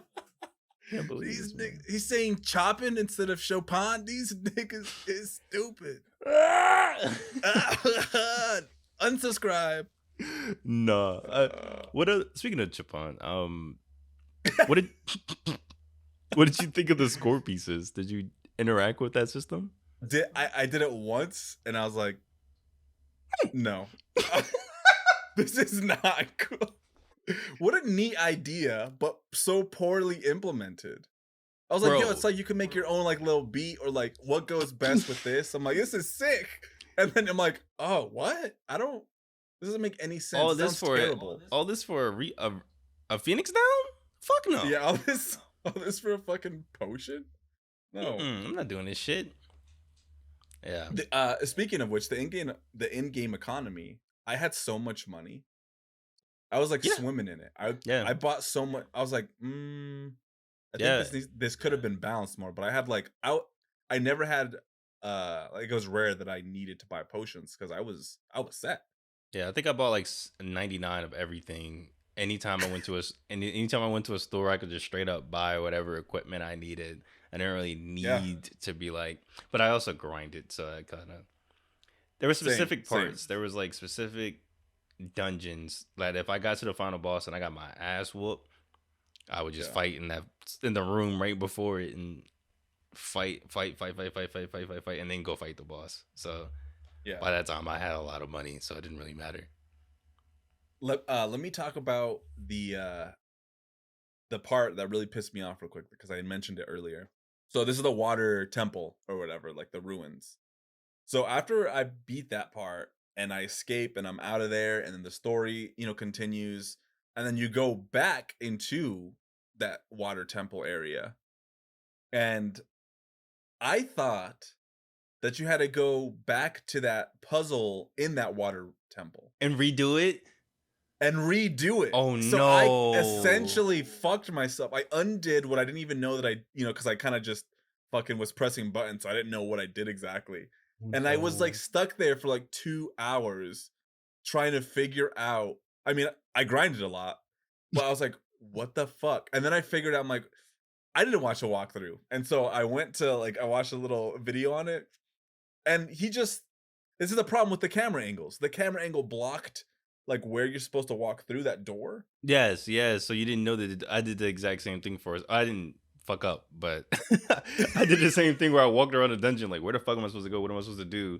And Yeah. yeah, So if any of you are playing this game, I don't don't don't make do that that. same mistake, because I think that's when I started to lose a little bit of love for the game, was because I'm like, how would I have known to go through that door on, because the camera angle is showing you an exit, but you're coming from that exit. You're coming from like the entrance of the cave. And then there's like a ladder, which that ladder leads to the water temple. And then there's a save point. And that's where the camera is fixated on. You're supposed to know somehow that you're supposed to walk past that save point, past that ladder, and then towards the camera. And then the camera shifts and then it shows you a Right. door. Yeah. And I was like, What the I fuck? was like yelling at Elise. I was like, how the fuck? Hey, I'm not gonna lie to you. That's why I said this game's boring as shit. Cause That's so cool. there was more than one time. I'm not gonna say Yeah. how many times, but it was more than one time that my wife had to walk over to me and go, "Hey, babe, get up, get up. It's time to go to bed. You fell asleep playing the game." Damn. It was a couple I could see times I was that. sitting there playing. It's just in the dungeons and you're grinding because you're not really giving a shit about the. You just I also fell asleep when I was at my girlfriend's parents' house and I was playing it. I was falling asleep with people around me. They were like oof. decorating and shit. They're So it's over not there like it having was a whole quiet. conversations. You're chatting into, and you just I was like, damn, I'm getting old, or this is just so boring. it's because I'm there's nothing sorry. innovative. It's very it's basic. It's a basic JRPG. Like if you love JRPGs, you would love this game. Like there's certain JRPGs You and think? franchises that like if you like the genre, you would like the game. But if you are trying to come in here and you're not usually a JRPG person, like this is a JRPG for people that only play JRPGs. Yeah. It's definitely, I was thinking about the JRPG podcast and how they can grind and do, like they live this shit. Yeah, I like And the that's why 100% JRPGs. I need to hunt for the ultimate weapon and everything. I need to yeah. go through, do new game plus and second playthroughs of games. I don't do that shit. So That's why I stopped my JRPG channel, because I was like, I'm a fraud. I'm I don't like, even be y'all playing these shits. niggas. I'll be playing Spider-Man. I'm like, y'all niggas are fucking have no life. There's no way you're spending 80 hours in every JRPG. Like, how? How do you Everyone, have friends? How? everyone. How are you doing it? Doesn't make any sense. Bro, I spent 100 hours beating Dot Hack GU this year, and I felt like the most daunting task in my life, bro. And even then, I still did like extra shit. Like I think I maxed out on the first game. I 100% the first game, and I was like, I'm not doing this for the rest of the collection. Volume 2, Yeah. you're getting the bare minimum from me. I'm not even grinding. It's on insane. Yeah. And you're in that stage of your life where you can know life games, and like at least will let me do that. I could have played this game way more than I did. I could have like spent every day after work but I was like, no, there's just no way. I just cannot. On my weekends, I was like, I just don't want to spend 8 hours on this. Playing this shit. Not for Saturday and Sunday. Like maybe on a Sunday I'll do that. Yeah, but because Saturday nobody I'll play does anything 4 or on 5 Sunday. Was it here? Yeah, exactly. Yeah. And then even then I felt like I was wasting my time. I was like, fuck, I need to play Miles Morales. Let's move into story. Have you seen the ending since you didn't beat the game? I did. I don't really understand what's trying to be conveyed with this story. And I did not like the ending because the whole story is presented in the fact that Chopin is in a coma. This is a dream, quote unquote, and he's going through it. And at first, as I was going through the story, when they give the little side musical pieces with their stories explaining Chopin's life, I thought, okay, this is all an allegory. This is just a weird, fantastical version of his life with the Revolution of Warsaw, with his sister, with life and love. I thought, okay, that's cool. I like that. I dig it. But where the fuck is this going? And I felt that a lot of the time, that I didn't know what could happen. Like there wasn't a specific point. There's a specific point in most stories and JRPGs where you understand the end goal. Okay. And even as we got to the end goal, I didn't feel as if there was one. And so when Frédéric Chopin at the end decides to say, fuck all y'all are dreams, y'all niggas can't beat me, see me right now, and fights the party, it feels weird. It feels very weird and very random to happen. Just for the ending to just happen the way it happened, I didn't like it. I didn't like the story after a certain point because of that element in the beginning was lost. Because in the beginning, it does feel like a dream. It does feel like, okay, this is a fantastical world. The Chopin, he's now placed in this isekai into this world. And then by the halfway point, you're just following geopolitical warfares and revolutions and a bunch of shit that you don't really, I don't know. I didn't like the story. I just didn't like it. It didn't feel coherent to me. No, I agree with you 100%. It was there's a lot of ideas here in this story, a lot of themes, and it shifts focus. Like it's changing gears so much. It's crazy. First it's introducing almost this magic that people who are magic users are sentenced to death in some way and only have it's a disease to be able to use magic. But you only see one magic user in the entire story. Yeah, and then people are prejudiced against people that can use magic based on some age-old history that isn't really fully explained. Then there's the fact that Beat and Allegretto are the street rats, vagrants to some extent, living in a tunnel. Is beautiful, and you don't see any other social class structure. It's just there's some punks that live in a sewer. Yeah. Then you have the guardians of a forest and spirits, which I felt was probably one of the more misplaced ideas. It felt that's useless. I don't know what that was for. And that's relating to Salsa and her sister March, and I'm like, your guardians to this forest? Okay, what's that gonna? Oh, it goes nowhere. Okay, I guess. And then the Ogogos, and then the mineral powder, which are devices that are used to I don't know, convey something. Yeah, they make all the creatures that you fight, because those are real people, and then they transform into the fucking creatures after they eat too much mineral powder or something.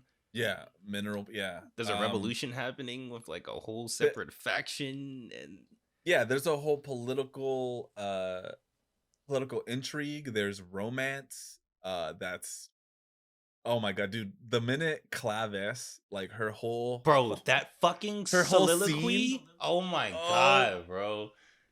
That was like, that was no. painful. That was one of the moments I fell asleep because it was so painful to watch. It was just like, oh my god, she's still going. I think I went to the I bathroom. was shocked.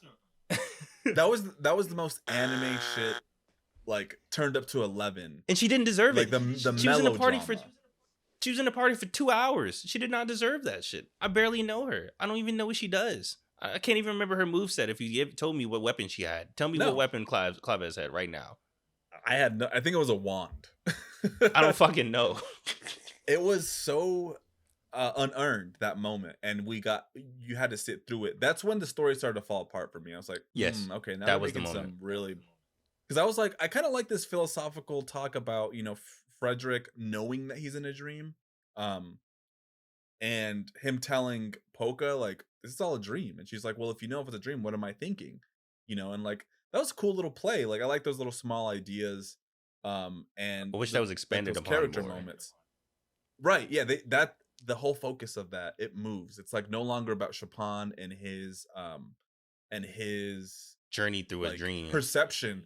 No, yeah, it gets, like, the focus becomes about Polka, and then it becomes about Crescendo and Serenade, which are like royalty at in Forte, and then it becomes about Count Waltz, and then it's just like there's a underground faction that's trying to overthrow them, and it's just like, wait, what the fuck what? is So then going on?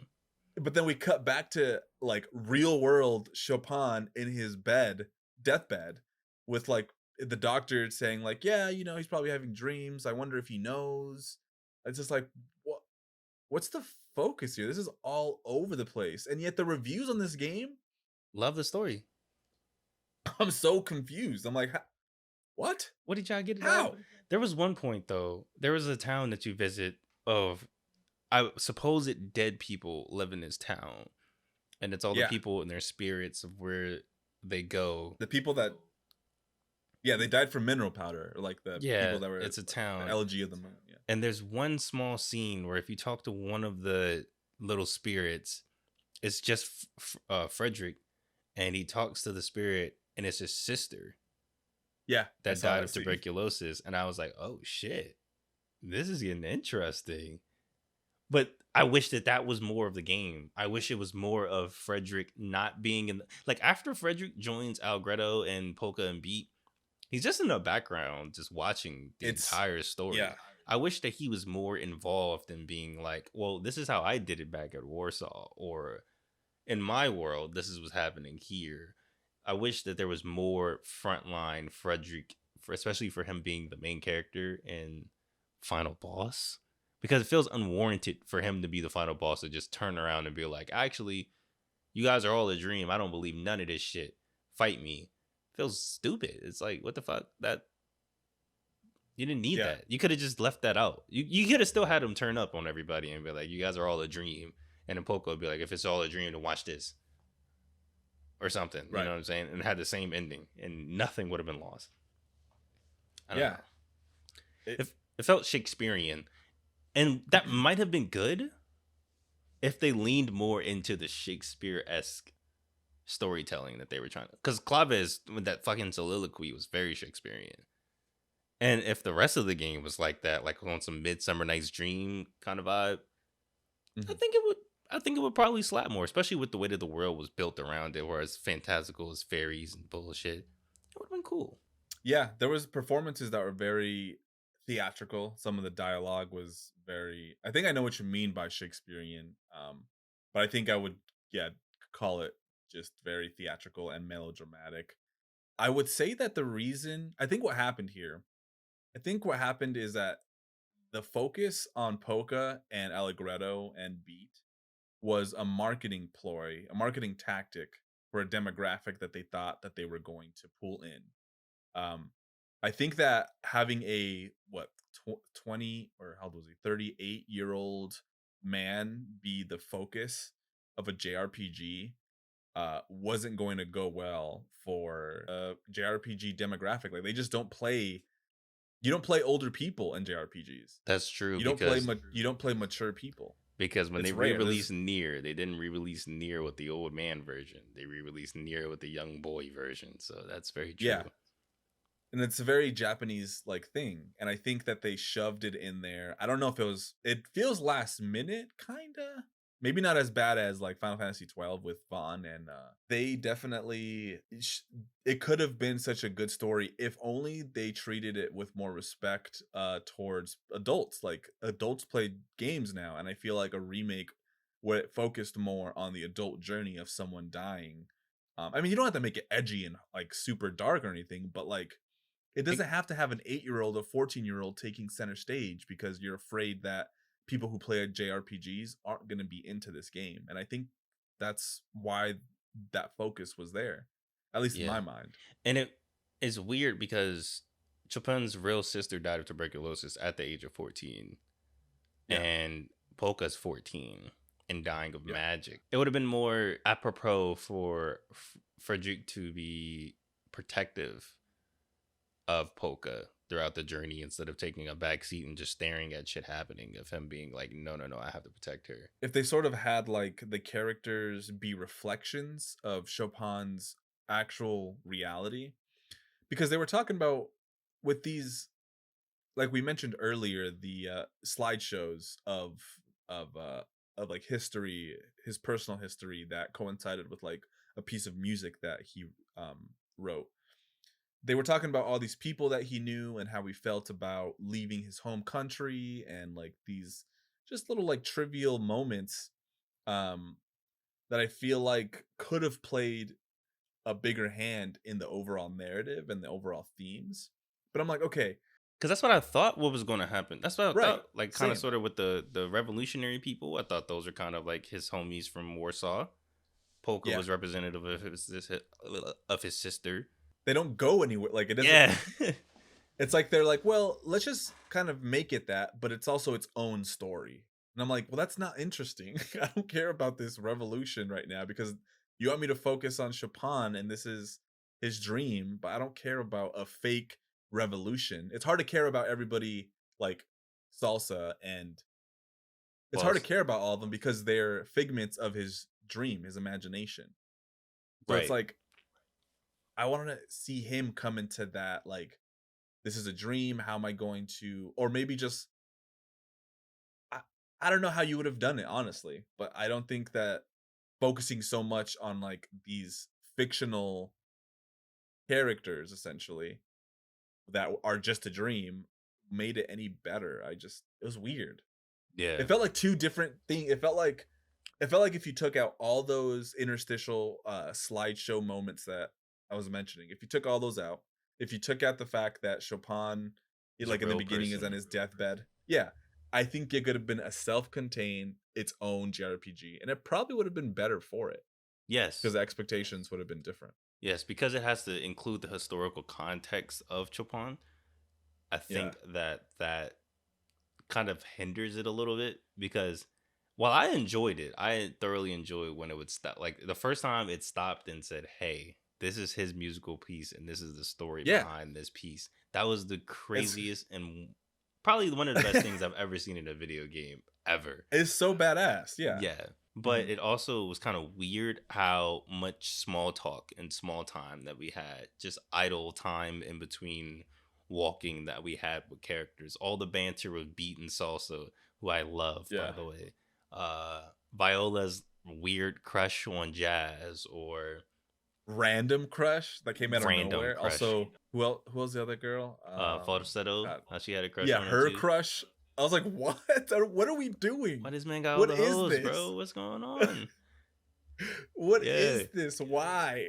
Why is there a moment where she's like pining for him? I'm like, what? Dude, we're 25 hours in. I don't want to see. I don't know you niggas. Why are y'all getting me? I'm not emotional for y'all.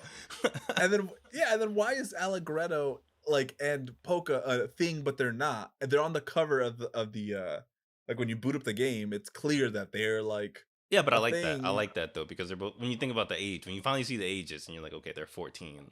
That is something, especially with Viola being like 17, 18 and picking fun at the little kids for being like, yo, you guys got a crush on each other. No, she's 26. What the fuck? I thought she was like 18 or some shit. Nah, she's old as fuck, which I thought was cool. I was like, that's my nigga Sondi age. Like, hell yeah, represent. Like That's my that's favorite character, awesome. of course. But everybody else, I'm like, I loved when an 8-year-old kid is in on like a political strategy meeting. Beats just sitting there as like Prince Crescendo and And he's chiming in and he's like, maybe you yeah. guys should do this. And it's like, no. Don't listen to the little kid that just was playing poker with another little kid. Let's not do that, please. Yeah. JRPGs, people play them for the story. That's what drives you forward. That's what makes you want to grind. That's what makes you want to see the next scene. That's you true. know? Unless it's I mean, there's JRPGs where the gameplay itself is enough and you're like, the gameplay is perfect, and then the story just even makes it better. But like, Because I think there is JRPGs where I just play just the gameplay and I'm like, that was good. you talking about Final Fantasy 12? I'm talking about Final Fantasy 16. But Oh, there you go. There you go. But is that a JRPG? Not it's no, it's a not really. It's well, a let's call it Japanese let's game. You well do roleplay as Clive. let's pretend now, or actually let's entertain the idea that the that times are changing and we're going into a new era of Final Fantasy, and with that, Final Fantasy 16 is a JRPG hack and slash hybrid, I guess you could say. But it's not a tried and true like traditional JRPG. Think about Nier Automata. Yeah, I played that one for the gameplay. I didn't play that one for the story. Yeah, that's a good example right there. I kind of started skipping the cutscenes after a while. Yeah. Wow. That story is actually really interesting, but it does take multiple playthroughs. But no, the gameplay is fun in that. And then think about like, I don't know. I mean, there's probably a ton of examples that people could come up with an RPG that you like the gameplay more. The story is like whatever, an afterthought. But like the story in JRPGs is supposed to be the main thing, you Yeah, know. So the way this game handled it, it it fumbled terribly. I mean, I do like the focus. I do like the focus on death and sort of like the hindsight of your life, reflecting on what you've done. And I like the talk about the nature of reality, the nature of dreams. There's there's poetic, like at the very end, Polka's falling off the cliff or whatever, and she says something very poetic, but it's so corny at the same time. She's like, "Oh, if I blow Allegretto a kiss, I wonder would it reach him?" It's like, oh my that's what I'm god. saying. Where I'm like, bruh, it's some Shakespeare ass shit. Because that's some shit somebody would say as they're falling off, and then the other person would be like, "No, for thou art no." Like they would get the emote and do their own little monologue after the person dies, type shit. I feel it. Right. It's Yeah, and it's representative of something that's supposed to be poetic, and it's I mean, you see this a lot in anime movies and anime just in general. Japanese media has a lot of this sort of like waxing poetic.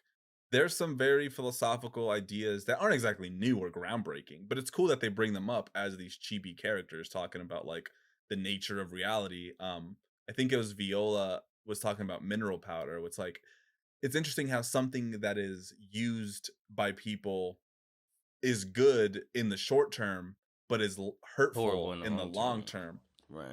And that's an interesting idea, but it just doesn't go anywhere. But I guess it's cool that it's brought up because you can see things like that now. Like the first thing that came up or that came to my mind, social media in some sense, but also smoking cigarettes Yeah. or maybe even like drinking, like certain things that like feel good in like That the short short-term term, but burst. long term, it's hurting you or others in some way. It doesn't help that a lot of the times you're going through a dungeon, two cutscenes, dungeon to I'm sorry, levels to cutscenes, levels to cutscenes. You're moving in between. So a lot of the times you're kind of getting annoyed with gameplay, and then you get Mhm. 20 to 30 minutes of cutscenes, and you're kind of, by the time you're annoyed with that, you're like, oh shit, I gotta get back to gameplay. And then you get annoyed with Right. another hour-long dungeon. I think I could have balanced that out. And I think a lot more games should, especially JRPGs. This Tales of Arise, or just the Tales series in general, does a really, really good job of fleshing out character and story moments while you're playing, while you're I do agree with that. Even though by the time that I got towards the end, and I think I put like 60 or 70 hours in that game. And even though I got tired by the end of it, like, oh my God, this game could have ended 3 arcs ago. I Yeah. I understand what you mean. It fleshed out everything. Even when it brought in a new idea or a new whole like stake that we have to get to or goal, it fleshed it out, it explained it, it brought out here's the steps that we need to do this and this is the characters that are involved with this and this is how it all interacted, the history and everything. It broke it down at least for you. I do agree with that. Even with the skits. Yeah. And so that's somewhat more rewarding than having a bunch of game. I think that's sometimes my problem with games as a medium is that you have the story and then you have quiet, no narrative, like dialogue is happening. You're maybe moving from one place to another physically, but it's just like this quiet you grinding, doing like you're going to towns and stuff, and then it gets back to the story, you know? And then Yeah. it feels like so disjointed, so disconnected sometimes because it's like it's been 12 hours since since I've heard you guys speak last, or like moments like that. Yeah. I think there's only a couple of games that are like really, really good at achieving that balance of explaining the story as well as having enough gameplay. The Last of Us are good examples, both games. Shadow of the Colossus is a really good example of that. But the story is the gameplay. Exactly. That game is artful. Yeah. For sure. Or Ico. Ico is another one like that too. Same team. That's the story is the game. You playing as a character is the game. Well, Yeah. Miles Morales or the Spider-Man, in some way, like having those like that first opening scene with him and Spider-Man and they're like working together to take down the Rhino. It's like the whole story, but you're playing it. There's some cutscenes in there, but it's Yeah. like you're in it. And it's really badass. Like Yeah, I when was you really grab impressed. Rhino and you're holding him, you're controlling it, you're moving Rhino, Right. you're trying to save Yeah. people. And then when you're swinging around town, you have whoever calling you, you're hey, like this is going on, and so it feels like things are still happening. The game, it's not like the story isn't moving unless you do something. It's like people are still living their lives. There's still things to talk about. That's So true, it because even when feels you're doing the random, I'm beating up this mook and tying him to a flagpole, you're still on the phone talking to Genki, like, hey, hold on, yeah, I'll be there in a yeah. minute, just give me a second. Yeah, everything hmm does flow still, regardless, even if you're doing side content. Yeah. It's like you know, I was about to make a stupid comparison. Let me see if this works. Like the ATB gauge, how it just keeps going even if you don't decide to make an action or something. Yeah, Well, like this whole game has that kind of thing where the time keeps flowing even if you don't make an action. It's like that. Like you want the story, you want dialogue to keep flowing. You don't want to overwhelm with so many people talking. You don't want to yeah, do that, but you want to have like a good flow to the narrative. And this game, I think it's stilted by that a lot of the times. They don't even talk about like where they've been. I'm like, you went to a graveyard, you were at a poison swamp. What is a poison swamp? Why is no yeah, one like, why is there rhetoric being like, what I wonder what the fuck? yeah. Makes Nobody talks about, like, that was weird, we just went in a mirror. yeah, that puzzle was strangely obtuse. Maybe it's because we're in a dream. Like they don't mention things that they Yeah. could. I do like that they split the party up at least, so you can characterize a lot more of the characters. Characterize the characters. That's a stupid ass word, but you can get to understand the characters more because there's not so many of them. And when it all comes together, you can realize, damn, there's like 30 characters in this game.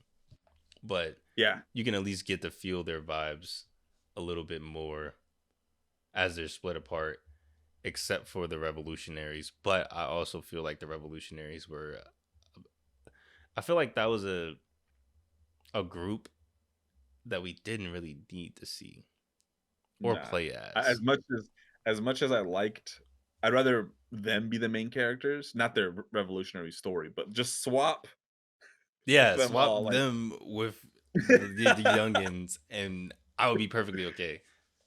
Yeah. Now, what'll be interesting though? What'll be interesting if you ever have a kid in a couple of years, 10 years, 15 years. It'll be interesting if you allow your son at let's age 12, 10, or something to play this game to and or just even a kid in that demographic, a 15-year-old, to see how much they connect with this game more because of the younger, clearly the like the pandering to a younger demographic, you know? I wonder that a lot. That's why I write this notebook. I write down everything, every game I beat. I write down this fucking notebook so I could throw it in like a dusty attic one day, and then the nigga can like Show it find to your it son. and be like, "Oh shit, I'm gonna do the same thing Dad did. I'm gonna play through the games and I'm gonna see what the fuck this nigga say about it." That's awesome. Just for I him to love see me play Beautiful Joe 2 and be like, "I fucking hated this game." that. This shit was trash. That shit was This shit was trash. trash. Yeah. That'd be cool. Yeah, Like, I like the idea of that because a lot of the times we play games now. Like we're playing a lot of games from our childhoods that we wanted to play, but now that we're older, we don't have that yeah. same ideology that we had when we were 14, 15. Like Crimson C2, I would have put thousands of hours into Crimson C2. Spectrobe's Origins. Okay, Dude, that's it. That's the difference. I did put it. Even that goal. I did put a lot of hours into Spectrobes on the DS, so that you can take Okay. that out. So I mean, there's certain games like Final Fantasy 12. As a kid, fuck no, I could not play that game as a kid. I Right. had to play that game as an adult. That's true. Yeah, dude. Even I think back to some of the dungeons. I'm like, how the fuck did I make it out of there? Bro, half the game, I'm like, how did I survive, bro? What was that one area where it's like you're in the light? It's like a light dungeon essentially, and you're What are you like talking about? it's It's like warping hella everywhere. green. No. It's or maybe it's green. I can't remember the color, I know what you're but it's talking just about, like but you a like go down and you go up. yeah, and it's just like so everything looks the same. I'm like, how the fuck did I make it out of there I alive? accidentally fought And make Ultima like by accident. yeah, I was like, okay, dude, that's a this fun ass game. what a good game. Anyways, I think that's pretty much all I want to say about the story that I can think of without extending this any further. I mean, lots of solo monologuing. I will say that, like you mentioned, I did like that they split up into groups at some point. I thought there was a solid characterization of each um, character. I liked Polka's unbridled optimism in the face of Frederick's pontificating about existence and trying to make sense of the situation he's in, and him growing to have feelings for the events that are going around him. Beat and Salsa's innocent banter and naivete was also Loved it. interesting. But I feel like that could have just been included in Polka's character to flesh her out more. I don't think we needed Beat or well, maybe Salsa has her own character because she was spicier, we'll say. Yeah. But Look at Beat, you. I was You're like, short.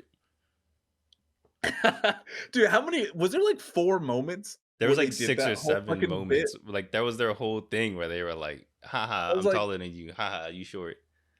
yeah, I'm just like, this is getting so I don't know, That's man. why I love I them, like bro.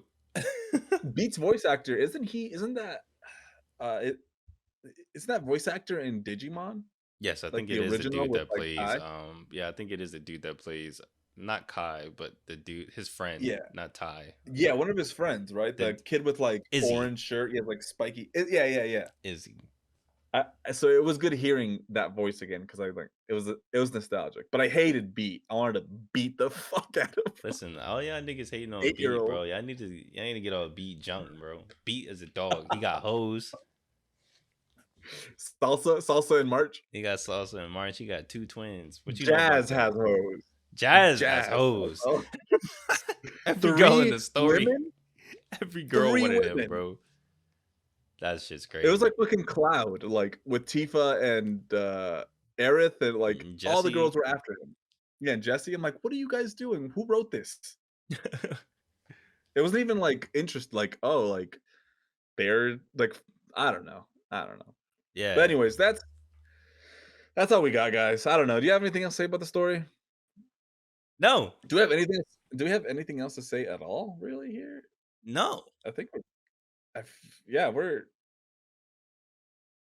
yeah, I guess everything we talk about Oh, I in will the say, write let up. my party members outside of battle get the same amount of EXP, bro. I hate that shit.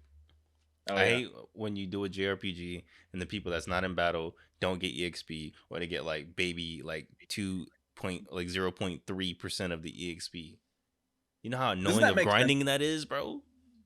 But doesn't that make sense? I feel like that makes you It makes choose. perfect Like, sense. okay, pick your members who you like the most, and then these are yeah. I feel like it makes sense because Makes it's like perfect these sense. people are in battle. They're getting the actual experience of battle. Why would the other niggas? I feel like there should be boosters or something. You could buy like hey, I want to There buy needs to some be rare experience. candies in every JRPG. There you go. Yeah, there Put a should rare be. candy. I Give mean, me why a not? free level up. Or you can put them. Hey, I'm going to leave him in town. He's going to train up. He's going to gain 5 levels in like 5 hours or something like that. I don't know. Maybe. Yeah, We're just talking about Pokemon now. it's like, but still, wait, is there? There's games like that, right? Fire Emblem, but I mean, it's an army. Disgaea, That's but true. it's an army. Yeah, Disgaea. Yeah, Disgaea. it's a lot of games where you have control of like 30 niggas.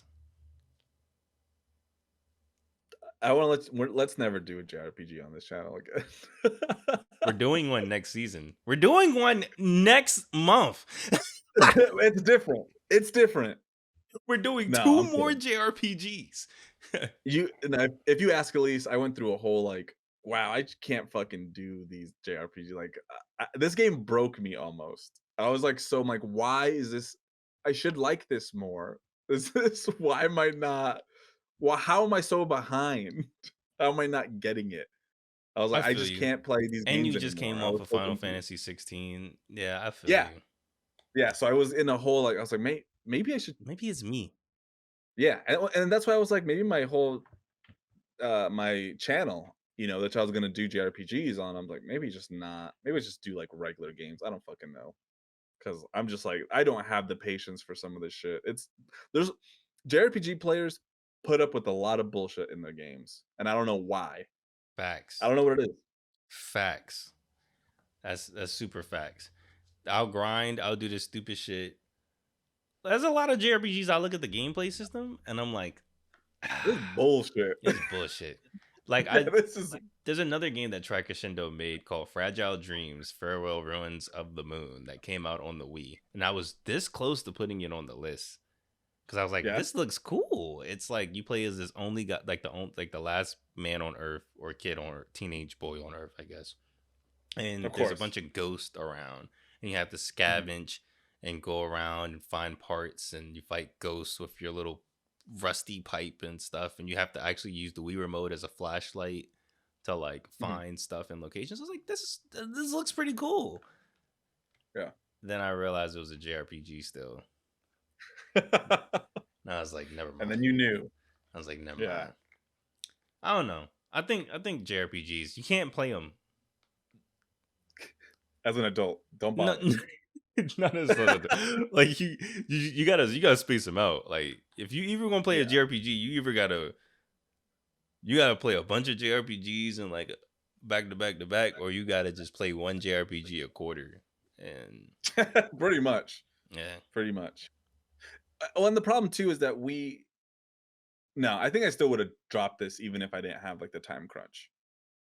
Even if like we weren't trying to, record as soon as possible, I still would have been like, nah, we're just not gonna make doing these it. next two games very interesting to play, and I'm very excited for those. That way you can play those tonight. Oh yeah, I'm excited. Although I still have to do the write up and then record that, but Yeah, we got yeah, time I'm for that. excited to do Yeah, that. All right, guys. Well, thank you for listening to another episode of Back of the Rack. Let us know if you've played Eternal Sonata, which is honestly a badass name. I like that name, it's a Eternal great name. Sonata. It's better than Trusty Bell. What? What? What is that?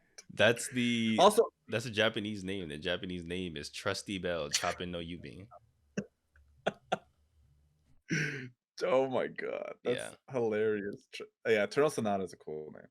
That's why on Twitter I asked people, I'm like, what is a fucking cool name like for a game, regardless of if you like the game or not? Eternal Sonata. I think Metal Gear Solid's pretty cool too. Metal Gear That's a really Solid, cool name. Chaos Legion, That's a little too edgy. Nano Breaker. Those are great names. Nano Breaker's a cool name. Second Sight, Don't even. Mystic Heroes. Mystic Heroes is cool. I get powered Mystic up when I Heroes hear is Mystic cool. Heroes, bro. Like that name is just. I like Nano Breaker's badass. I like that. It's a great name for a bad game. State of Emergency is a pretty cool name. Great name for a bad game. Batman: Rise of Sun Tzu.